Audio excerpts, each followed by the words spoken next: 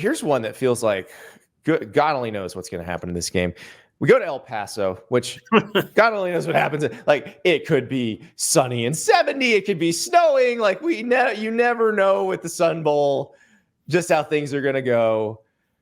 Oregon State, Notre Dame. Notre Dame is a 6.5-point favorite in this game, but there is no Sam Hartman, Steve Angeli getting the start, no Audric Estime, but they do have Jeremiah Love and Jadarian Price, and I do like the young backs from Notre Dame. Have liked them all year.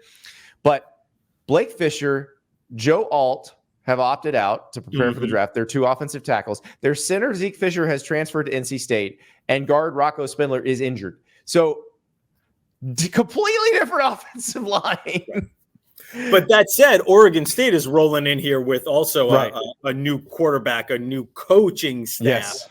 And I don't know if you want to go through all the Oregon State opt-outs, but I would just say, like, because of that, it's a lot. It's most of them. Most of them left with Jonathan Smith, and about a quarter of them are in Michigan State now. I think that the way I would break this one down, Andy, is pretty simple. Notre Dame at least has its coaching staff, right? Yeah. Now Trent Bray is becoming the head coach at Oregon State, true. So there is some continuity there. Like, he's not the interim; he is the next head coach.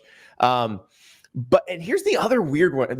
This is the strangest thing, and we've got a couple instances of this. I didn't mention we were talking about Miami and Boston College. Ja'Curry Brown starting for Miami. He started 2 games in 2022 for Miami and didn't start any in 2023.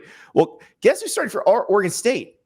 Ben Gold-Branson, who was 7-1 as Oregon State starter in 2022.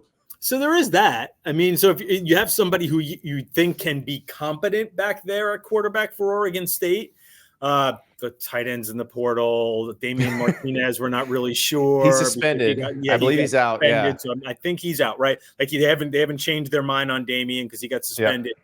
So I get what you're saying about the continuity with Tyler Bray there, but I ultimately I'm going to come back to the Trent idea. Bray, not former Tennessee quarterback Tyler Bray. It's so funny. Funny. He was the first sleeved up quarterback, I believe. I have been that has been a problem for me for the last month in writing about Trent Bray and all that coaching move. I have been stuck on calling him Tyler Bray for about a month.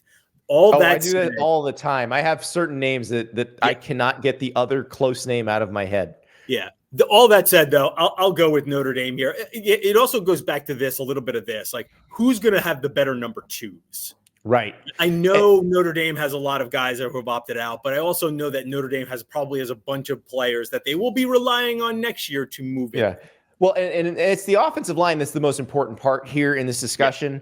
Yeah. And these are the players who will be starting for Notre Dame on the offensive line next year. It's not like they didn't go to Notre Dame thinking that they would instantly start. Yeah. So they've been sitting behind these guys patiently. They're ready to show what they can do. It's the next wave of Notre Dame. For the same reason, I will take Notre Dame. I think they'll be able to run the ball in this game. And so I will take Notre Dame to cover. Thank you so much for watching. Just a reminder, subscribe to this channel right here so you never miss an episode of Andy Staples On 3. And oh, by the way, watch all the other great videos on the On 3 Sports YouTube channel.